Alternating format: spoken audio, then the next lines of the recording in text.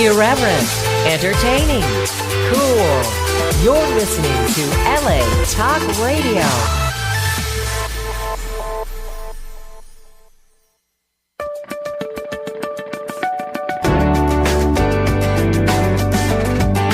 You're listening to What Women Want with Judy Goss, only on LA Talk Radio. Hello, everyone, and thank you for tuning in. I'm Judy Goss, and welcome to What Women Want Talk Radio. We've been on the air for over 2 years, can you believe it? And we've hit way over 500,000 downloads during this time on LA Talk Radio's website archives, iTunes, and Google Play. So the word has really gotten out there about our show, and I want to thank you because I am so grateful to all of my listeners. I wouldn't have a show without you. And let me tell you, we've recently had on celebrities like Marcia Clark, the prosecutor from the O.J. Simpson trial. Remember her? She was all over the place this past spring, and we were lucky enough to have her on the show. We had 5-time Olympian Jackie Edwards after the Olympics, Stacey Rose from HBO's hit show Ballers, Dr. Kristin Carlson from Don't Sweat the Small Stuff, and just last week we were honored to have the publisher of Chicken Soup for the Soul, Amy Newmark. What a doll. I love her. And what a lineup of guests we've been having. And tonight, Jennifer Wilkov is coming on the show to tell us about her time spent in federal prison for a white-collar crime she did not commit. Imagine that. Yes, you heard that right. It's unbelievable. And just as incredible as Dr. Danielle Sheypuk's story of bravery and courage, she was the first supermodel to grace the high-fashion runway in a wheelchair. What captivating stories and inspiring women. I am so excited. And I want to give a shout-out to Joan Peltzer because she is burning up the social media lines right now with our show, and she is just so supportive and so awesome. And I just want to, give a thank you to her for helping us promote the show and the Speak Up Women Conference and everything that you do and What Women Want Networking. So thank you so much. I am also super excited. This is such a great night that tonight I again have actress and producer Kristin West co-hosting with me. Kristin, welcome back. Hi, Judy. How are you? I am so good. I'm so excited about the show tonight. Me too. This is going to be an awesome lineup, just like every week, but I really think the guests we have on tonight are super compelling and fascinating, and I'm so glad we're going to have this conversation tonight. Me too. I know we're so lucky. Every show we just get the most amazing women and some men too. We occasionally have men on the show, so it's all good. And, Kristin, I want to read a little bit about your background. You're an award-winning actress and producer, I'm proud to say. You are the winner of Best Actress Award for the film Seeking Valentina. Kristin was nominated for Best Actress and the Mary Austin Award for Female Producers. And she won the Indie Spirit Award a couple of weeks ago, or actually it was like 3 or 4 weeks ago, at the Idlewild International Film Festival. Kristin is a graduate of the University of Texas, although you can't tell by her accent now, with a degree in radio, TV, and film. I have to tease you, I'm sorry. She's beautiful inside and out. It's just always so engaging with our guests and myself, and I am thrilled to have you on again tonight. Well, Judy, you've managed to make me blush again, but that's okay. And I love you too, and I love what you're doing here with the show and the dialogues that you're creating, and anything I can do to help women connect and have some fun doing it. I am there for the adventure and the journey. So thank you for having me on with you. And it's my pleasure. And you're such a great support also with the social media and the encouragement, even before, you came on as co-host. You were always just so consistent with everything and supporting, me and my company. And I thank you for that. I'm very grateful. Oh, well, okay, before we bring on our awesome women, for those of you who are longtime listeners and hear this every single show, here's my background again, just for the new people in a nutshell. So in addition to radio, I am a TV host, a journalist, entrepreneur, and a published author. My background comes from the fashion and publishing worlds, from international high fashion model with Ford New York to magazine editor for both Cosmopolitan and More magazines. And after that, a TV correspondent for Better TV. I hosted my own show, and Better, and I'm a regular contributor right now on NBC Connecticut and Fox New York. And I am proud, honored, and thrilled to say I'm the new dining diva, I call myself, on Fox's new lifestyle show, Ernie Anastas in New York. Now, Ernie is a 35-year veteran in the news industry in New York City, and he's one of the most famous anchors ever. So I'm really honored to be on his new show. It premieres on Saturday at 5:30. I'm talking about the hottest places to eat and drink in New York City. People are laughing because I'm basically eating my way around the 5 boroughs in the city, doing my research. So that's really thrilling. So if you can tune in this Saturday. I'm also a St. Martin's Press published author, a writer for New York Lifestyles magazine, and the founder of a nationwide inspirational networking company called What Women Want, formerly Over 40 Females. We're just changing the name, with 20 chapters nationwide. And by the way, we're looking for chapter directors up and down the California coast and all over the country. So just email us through the website, whatwomenwantnetworking.com. We've opened 3 chapters in January alone, Texas, Tennessee, and Georgia. And to top it all off, I am the proud mom of 12-year-old twin girls. Okay, Kristin, you have a lot going on also. So tell me about what you're working on this week. Well, last week I was in Texas, so I actually drove back from Texas the past few days. I actually stopped by the Tucson Gym Show just for the fun of it to see what that was all about, and had some fun looking at all the treasures. The Tucson what? The Tucson Gem Show. It's one of the largest trade shows for fine jewelry, for people who collect museum grade. Is this a hobby I don't know about? It is a hobby I have. I collect rocks. Wow, that is cool. I love that. Thank you. So I stopped by there, and I'm back in LA, and I'm working on a new project with Armin Nasseri. This is just in the sort of seedling process of looking at a script and seeing what we want to do with it. And I can't say much more than that because it's super top secret and stuff. But Armin was on the show, right? Yes, Armin Nasseri is a Persian-American director. He's fantastic. He's a special person with so much passion for what he does, and I'm so blessed to get to collaborate with him. And so we're cooking up a new project in the same vein as Seeking Valentino, which is going to be really exciting. Oh, I love that. I can't wait to hear all about it when it comes, into fruition. Yes, I think this is going to be really cool. So I'm looking forward to getting that out in the world, and I have some projects and posts that are going to be hitting the festival circuit soon, so I'm really excited about that. Awesome. And, one thing about you is that you seem to me like a person who really is not afraid to speak up about things. And, it's just funny that the theme of our show tonight is really about speaking up and out, because I feel like you're such a good example of that and a role model of a strong woman who knows who she is. She's independent, and I feel like you're not afraid to say what you need to say. Is that right? I appreciate tact, and sometimes you have to throw tact aside to get to the truth. And I would agree with that. I always love to be tactful, but sometimes you have to really get to the beating heart of a message. And I think that's what our 2 guests tonight really have championed. They have really sought to speak and share the truth. And whether you're sharing that through a lecture, or you're sharing that through a book, or you're sharing that through a movie or a poem, I think that commitment to the truth and speaking it, however you choose to do that, is really an act of courage in our society. And I'm looking forward to talking with like-minded ladies about this. I'm really excited for our guests tonight. Me too. So let's bring the first one on, Jennifer Wilkov. So Jennifer loves to empower audiences everywhere to leap powerfully into their lives and live the lives they've imagined as a media personality. She is a #1 international best-selling award-winning author, an international keynote speaker, she's fantastic, I've seen her, and an award-winning freelance writer, a book business consultant, and an entrepreneurial mentor. She's the founder and producer of the annual Speak Up Women Conference held at the United Nations in March. This year it's March 3rd, and you can find more about that at speakupwomen.com. Her goal is to empower millions with the tools to build better relationships and better businesses. Welcome back to the show, Jennifer.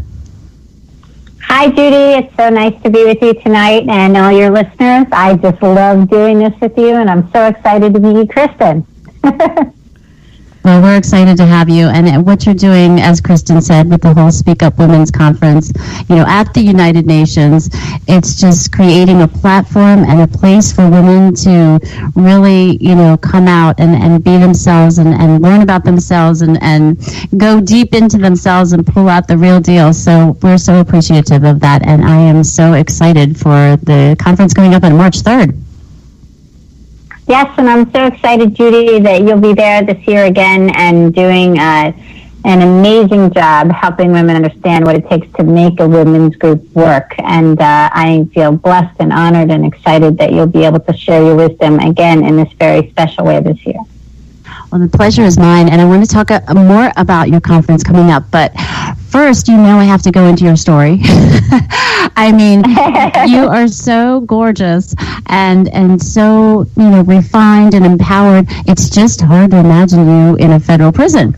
So let's hear your story. Let's just, my listeners have to hear this. And you were on about a year ago around this time of last year, but I feel like we have a lot of new listeners who haven't heard it. Well, it's one of those hard-to-believe incidences in life when someone takes someone like me who was a licensed professional as a certified financial planner who was decorated at one of the top industry investment firms and falsely accused of a white-collar crime by the Manhattan District Attorney's Office and was thrown under the bus by my investment firm.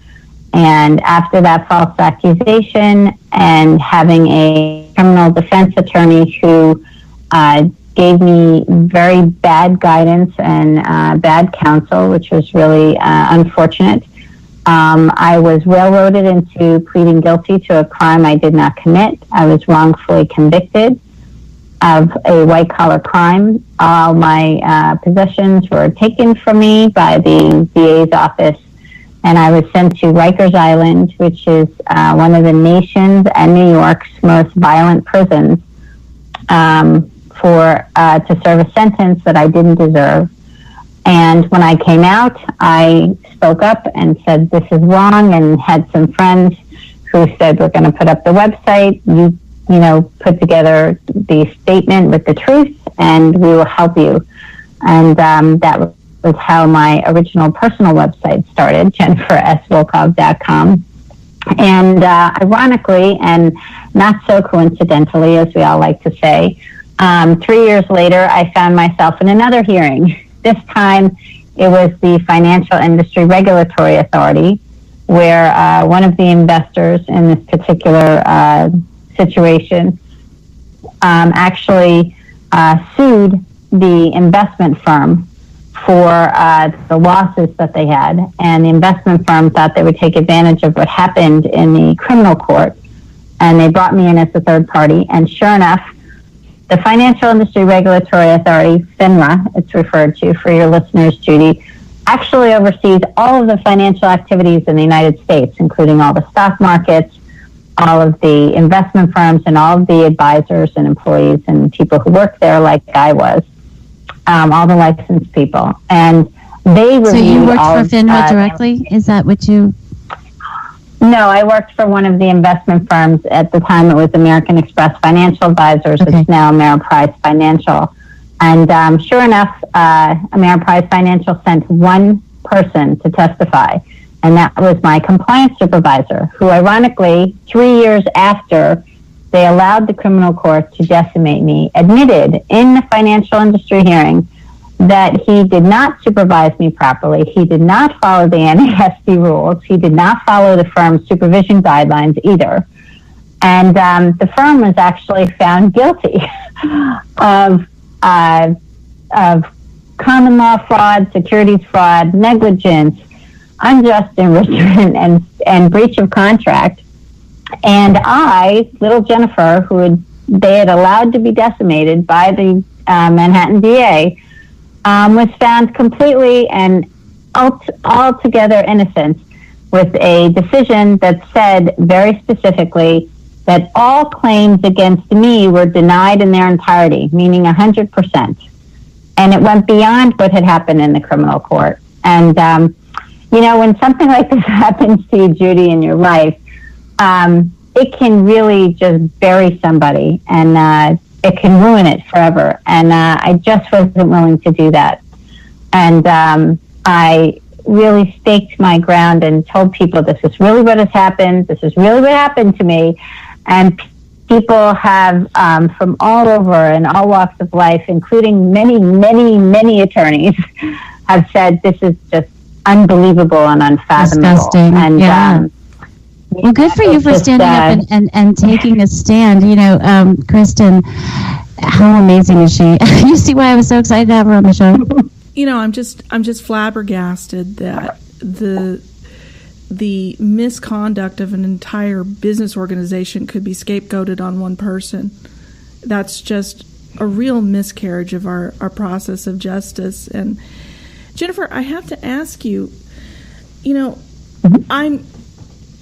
you know, when you're a person out in the world and you have your career and you have your life and you have your area of expertise, which is financial, it's sometimes hard to put an area of your life into the hands of lawyers or someone who, or even doctors, and then to find out that your lawyer mishandled something that is so vitally important to you and to your life and to your family's life.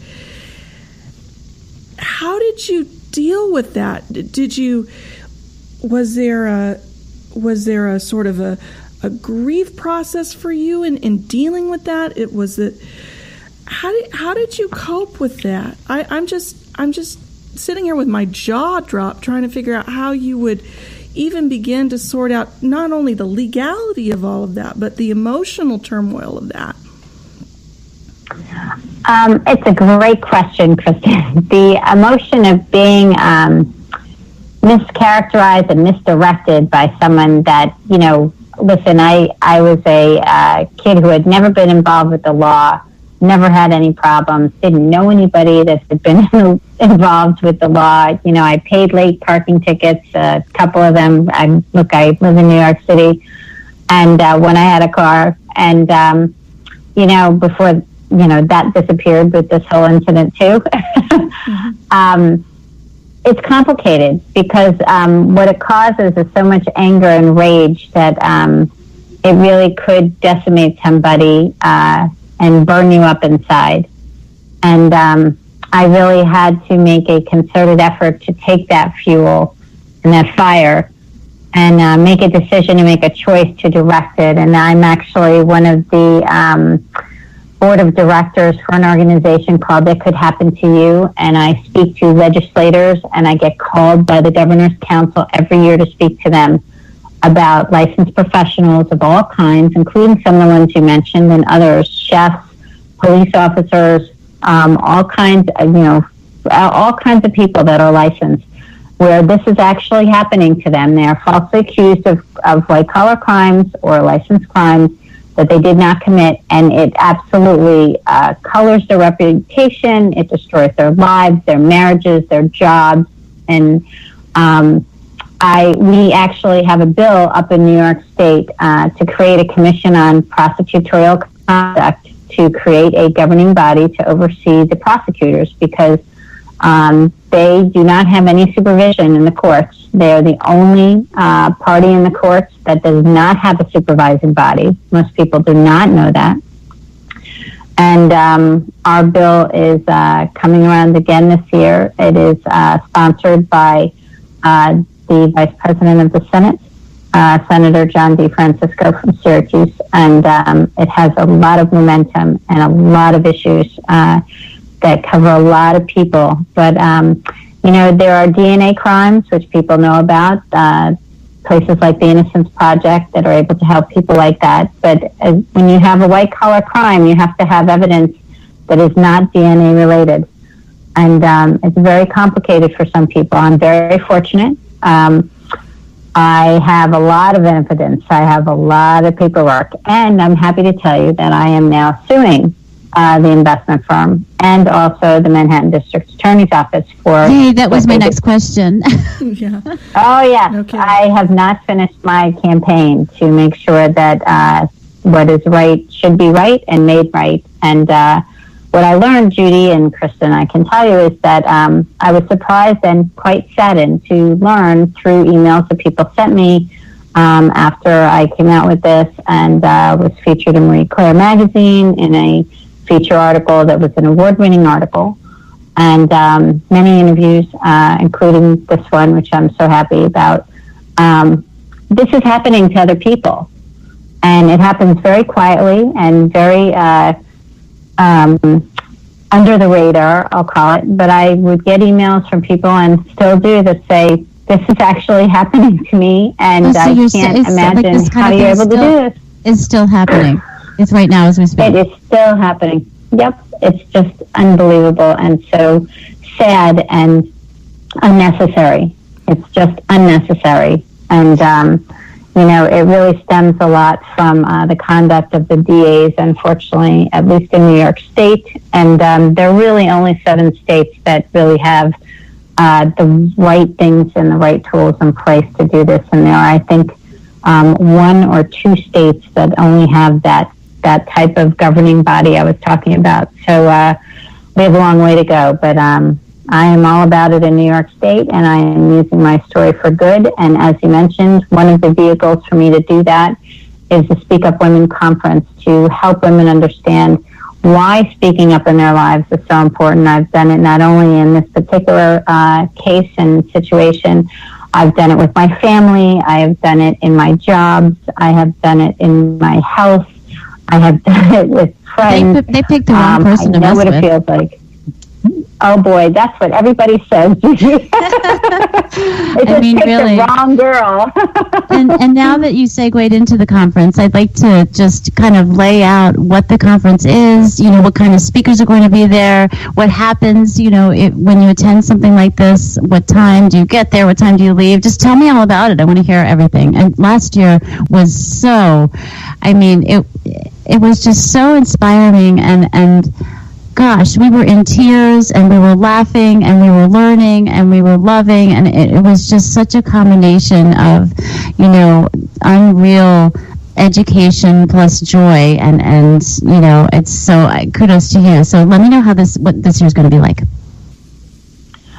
I am so excited about this year's conference. When we say use your voice to create change where change is necessary, we really mean it, because the mission of the conference is to help women understand the importance and impact that you have when you speak up in your personal, professional, and philanthropic lives. These are areas of your life where if you want something, if you need something, if you want to do something, you're going to need to speak up. You're going to use those words that you have. Oftentimes, Judy, I always like to say that somebody, when you were an infant, got you to speak by telling you, come on, use your words. And then somewhere as you grew up, somebody told you to shush, or that you were too loud, or you needed to stop speaking. And you did. And I am that person in your life right now who is telling you, use your words. Come on.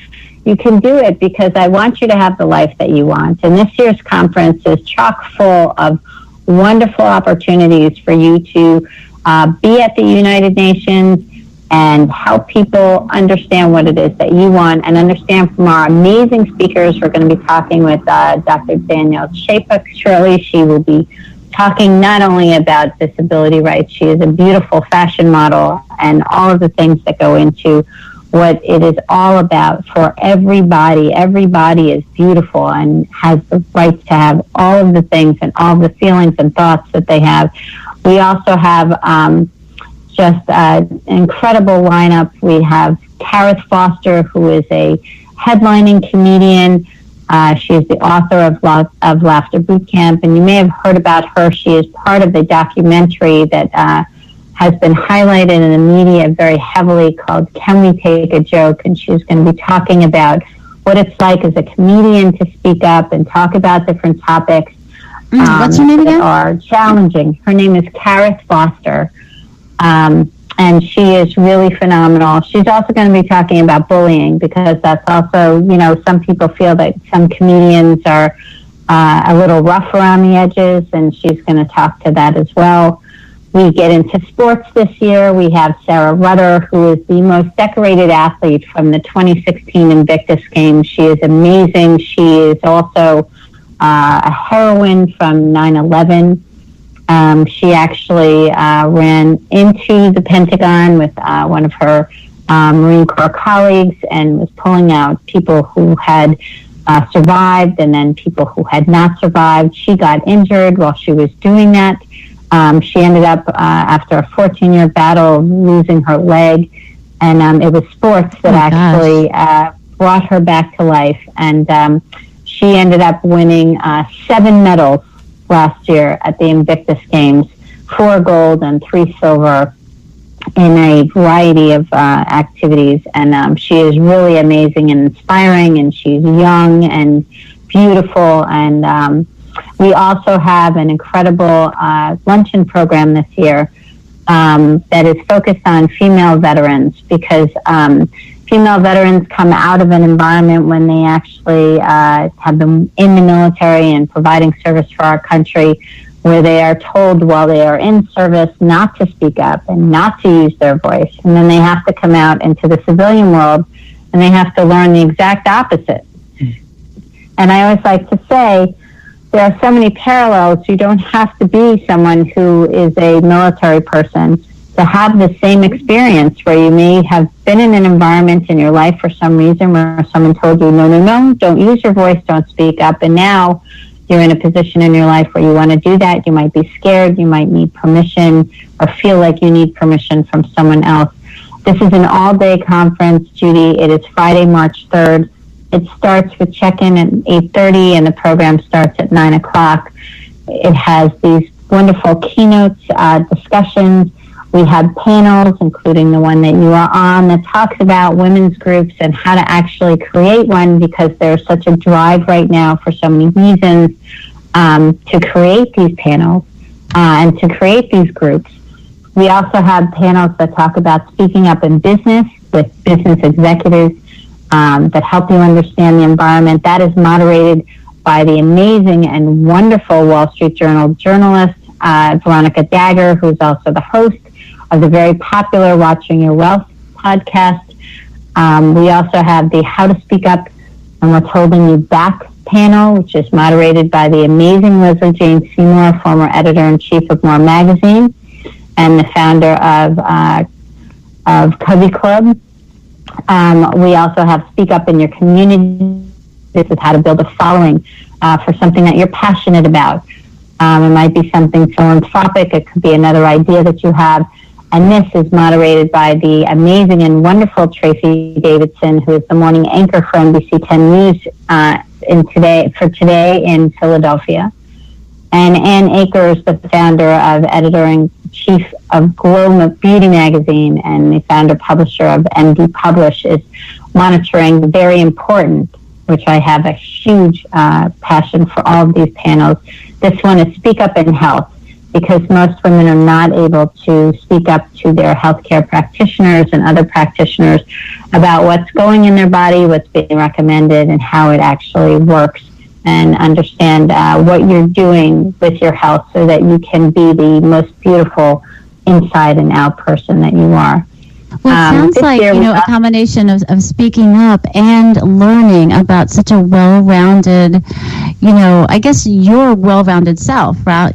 And while you're teaching people how to speak up, you're also teaching them about their health and about their well-being and how to be better people. So I think it's just phenomenal. I'm so honored, to be honest with you, to be sharing the stage with, Dr. Danielle Sheypuk and Leslie Jane Seymour and all these other incredible women. I'm just thrilled to be a part of it and a part of your panel that we're going to be doing. So how did you get so many great women under one roof? I mean, really. I get asked that a lot, and you can see all the speakers at speakupwomen.com and all the women that are participating in these various roles. They really are phenomenal. And one of the things that I do, Judy, which I am very proud of, is I do what I teach.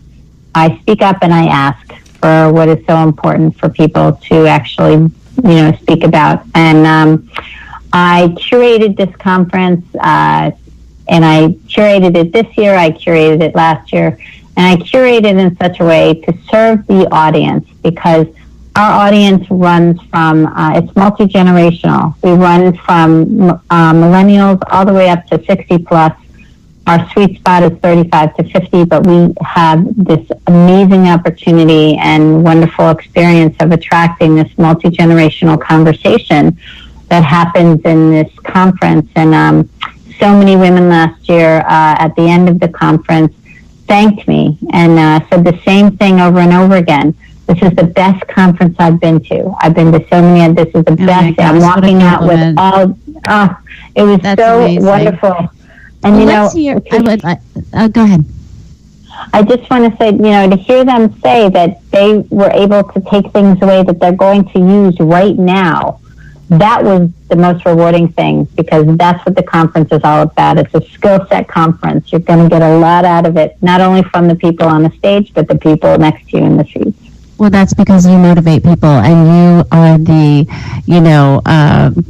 basically you're the temperature of the room, right? So you make the room, and it's your doing that you're bringing all these women together, and you're creating that vibe. So congratulations. And again, the website is speakupwomen.com. It's at the United Nations, and all of the speakers are on the website, all of the awesome things that are available there. And Jennifer, I want to thank you so much for coming on the show and being so candid about your story, and just really encouraging and inspiring women everywhere, all over. I'm so excited also to talk to Dr. Danielle Sheypuk. She's one of your, keynote speakers at the event also. Yes, we do have Dr. Danielle Sheypuk on tonight. She's an expert, a media commentator, a disability rights advocate, and a fashion model. Dr. Danielle Sheypuk is a licensed clinical psychologist who specializes in the problems of dating, relationships, and sexuality among the disabled. Wheelchair dependent since childhood, Dr. Sheypuk has acquired special insights into the challenges facing the community, both in the everyday physical world as well as in the areas of mental, emotional, and interpersonal well-being. She was the first model to grace the high fashion runways in a wheelchair. And what an inspiration Dr. Danielle is. Welcome to the show, Dr. Danielle Sheypuk. Thanks so much. I'm so happy to be here. Well, we are so happy to have you. And Dr. Danielle, can you tell us about your platform for supporting people with disabilities? You have some really awesome things that you're doing, and I'm just eager to learn all about you and what you are doing, because it's so fascinating. Yeah, that's an excellent question, because I feel like I'm doing many different things that funnel into the same message, or maybe a couple different messages. But, first off, just listening to Jennifer and the Speak Up Women conference, I just have to give Jennifer credit for including women with disabilities, because we're often left out of the picture completely. People think of age, ethnic background, other diversities, but disability, it's like, doesn't exist.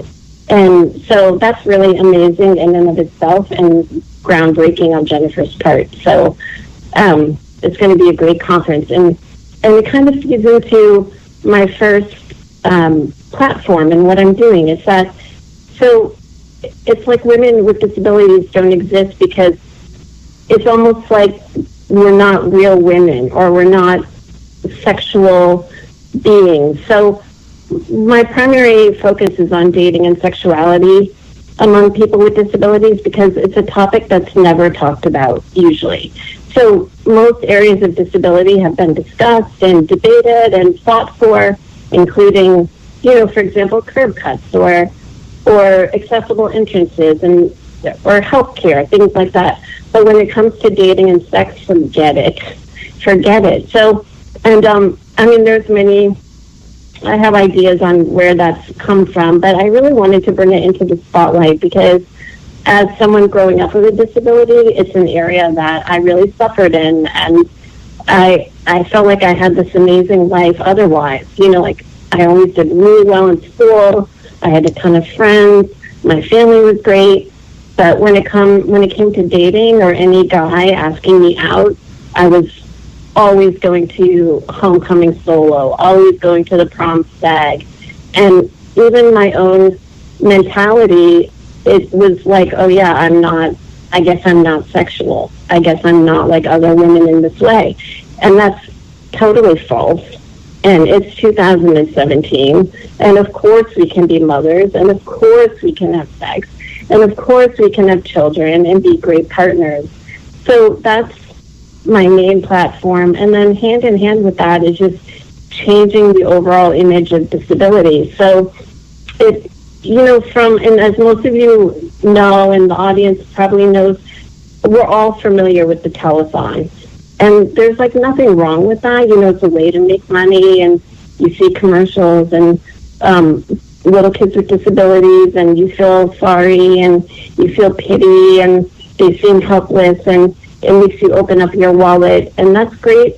But there's also other aspects of disability, and it's not pity and hopelessness and those negative aspects. So I want to change the whole image that we are glamorous and we are sexy and we're charismatic and professional, and having a disability.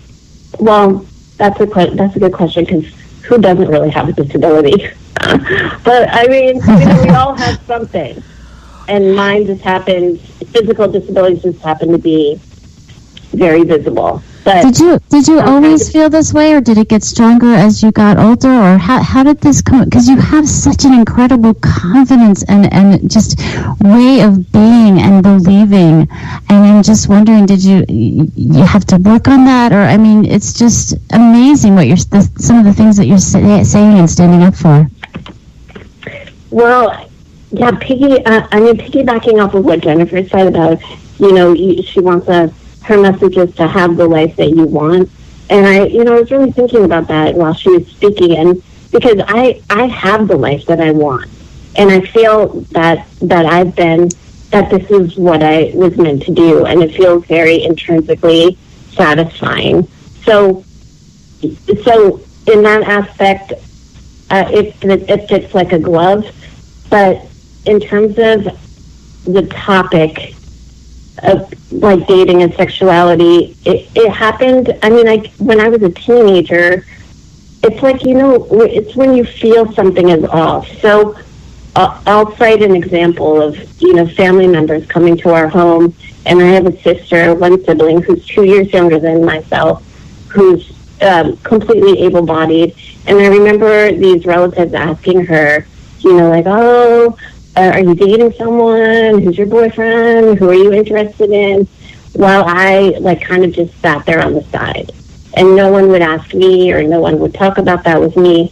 So it was assumed that would never be a part of my life.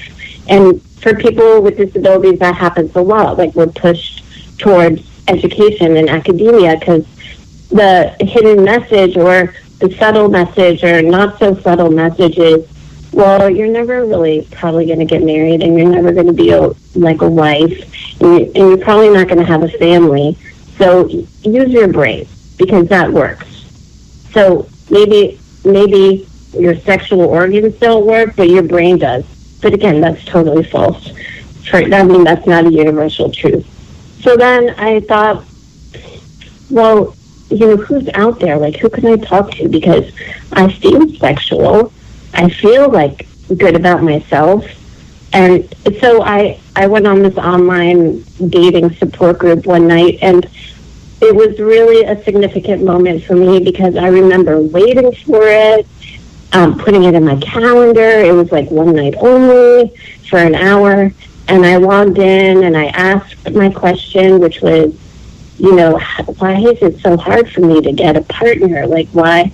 And I remember the woman saying, it's just going to take a really long time, but eventually you'll find someone who's going to be able to look past your disability. And I'm like, who wants to hear that? So the couple expletives, and who wants to hear that kind of message? And it's not even true. So then fast forward a little bit, and I moved to New York City to go to grad school. Now, I just want to interject with a question. Who told you, what kind of person told you that? It was this moderator for an online dating. I think it was a chat group just for people with disabilities. but they were having this special one night only. Let's talk about dating. So it was just some moderator. But I remember leaving very disappointed. And yes. And just kind of, like the wind taken out of your sails. So then I moved to New York, and that's kind of where it all began, because that's when I put my Match.com profile out. I started dating, and again, I saw this discrepancy between myself and my able-bodied friends. And I thought, okay, who can I turn to and talk to about this? And there was really no one in the disability community. And at that time, I was heavily into Sex and the City. And I was thinking, why isn't there, someone to talk to? Why can't I want to be the Carrie Bradshaw, but for people in wheelchairs, someone that they can go to. And then I guess the final piece was one night my friend called and said, hey, I found this great pageant for you. It's perfect for you. It's the Miss Wheelchair New York pageant. It's about not just academia, but glamorousness. So I thought, let me go in that, let me win it, and let me use it to try and open the door wide and start talking about I like how you talk. Let me go and apply for that and win it, and then I can use that. You probably never had a doubt that you were going to win it, right? I feel that if I put my mind to it and I really want it to happen, I can, for the most part, make it happen. And I feel that way for people in general. But this was something I was really going to put my mind to, because I knew society, we respond to pop culture. So I thought it would be a great mix. I was getting my PhD in psychology, and then I can mix it with this crown and this title, and then use it to spark people's interests. Dr. Danielle, when did you start embracing that label of sexpert? Because people call you that, and I'm just curious, at what point did you own that? Have you always owned that? At what point did you say, yes, I am a sexpert? When did that happen for you? I know, I love that part of my title. It came from, I guess, two areas of my career. So the first part, and that's just working with many people as a psychologist and talking about this topic. So just mere exposure and discussion and session upon session, and with people who have disabilities and who don't, because my practice, I see both. It's actually, 50-50. So, and then the second piece is, and this is kind of maybe slightly less significant, but my own experience dating in a wheelchair, because some people have never gotten the opportunity yet to date in a wheelchair and wonder what it's like. So even not just the emotional aspects, but the technical aspects, like what if you need help cutting your steak on your first date? What do you do? Or what if you need help with your jacket? Or just things like that. So it's my own, I call it field experience, that I use as education for myself and for others. So here's a question I have, because I'm really interested in what unites us and what commonality we have. According to your sexpertise, what is the thing that we all have in common in the bedroom or in intimacy? What kind of fear or what kind of longing? What is it that we are all missing? There's a lot of commonalities, so I like that question, because again, people with disabilities aren't that different as people assume. So do you mean, essentially, are you asking what's something that's lacking or that needs improvement, or just what's something we all have in common regarding sex in the bedroom? Yeah, I would say what is something we all have in common? If we put 100 people of different able-bodiedness in a room, what based on what you've seen and experienced out in the field, what do we all have in common with sexuality? Sex drives. Sex drive. So that's my first answer. Yes. So that's just wanting and needing sex. So it's not just people that are able-bodied that have healthy libidos, but people with disabilities have the same healthy libidos. And then secondly, it's a desire to feel loved and sexy and wanted by a partner. And then thirdly, the desire to want to be able to give that back to a partner, that same feeling. And again, that I work a lot in that area too, because with people with disabilities, and again, it's kind of reinforced by society's concept. It's like, well, you can't give back as someone with a disability. How are you going to, give back to your partner the way? And I'll just use women as an example because I'm a woman and we're all women. So, but how am I going to, quote unquote, please my man the way an able-bodied woman could or would? But there's multiple ways to do that don't involve physical use of your body or being very physical. You can think outside the box and do that many different ways, and in fact, maybe quite possibly be a better romantic partner than someone without a disability. I mean, it's equal chances. So, yeah, those three aspects. But that was a really good question. That was a really good question, and I'm afraid we're running out of time quickly. Dr. Danielle, I am so honored and thrilled and excited to meet you and talk more with you at the conference. I love what you're all about. I fell in love with you when I saw the TED Talks video. And I just thought, wow, this woman is real. You are going out and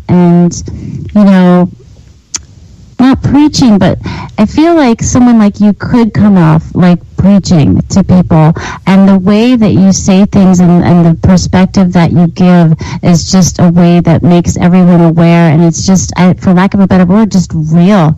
And I just really admire that about you. Thank you so much for coming on the show and letting us become more aware about people with disabilities and where they're coming from and how they think and how they feel, because you're right, it's we're all united, and what's your website? Where can we find out more about you? Yes, so my website is DanielleSheypuk.com. So it's spelled it's kind of tricky to spell my last name, but if you just Google some version of Danielle Sheypuk, you'll find my website, which is DanielleSheypuk.com. And I'm still accepting new clients into my practice, and it was lovely to be on your show. And congratulations to you, too, for including women with disabilities. It means a lot. This will have reverberations throughout. Well, this all circles back around, like you said, to Jennifer, and I think she's still on the line. Jennifer, you're bringing together such amazing women and letting them have a platform to be heard, and it's just really phenomenal what you're doing, and it's touching the lives of many, many people. So thank you for that. You're welcome, and I'm so glad. And Dr. Danielle is just a phenomenal human being, and what she does to educate people about this community of human beings that need to be included, need to be recognized, need to be acknowledged and understood is so important and integral for us as a society, because there are so many, and there's so much that they have to give and contribute and experience and be a part of. And it just makes absolute sense to understand their need and ability to speak up and to be addressed as human beings just like you and me. That's right. And unfortunately, we have to wrap up the show, but go ahead. Real quick, we have a few seconds. I can't wait to throw tact aside with you, Jennifer, at the conference. We're going to have a good time. Well, you're on. This is an internet podcast, so you could have really, slung it out there if you wanted to. We'll have to have you back on the show and really figure out the definition of what you mean by that. Kristin, I don't know what we're going to do for the next show, because every time we have a show, it just gets better and better, and I don't know how we're going to top ourselves next time. Well, if people join us next week when we bring on the founder of PR Czars, an incredible resource for publicists on Facebook that has about 20,000 members. And Edward Mannix is going to be here also next week to tell us about his concept of the compassion key. And it's all here on LA Talk Radio, or if you go to www.whatwomenwantradio.com. It's going to be an amazing show. And thank you, ladies, for being on with us tonight. And everyone, thank you so much for listening, and have a great night, everyone. I hope you leave this show inspired. Thank you, everyone.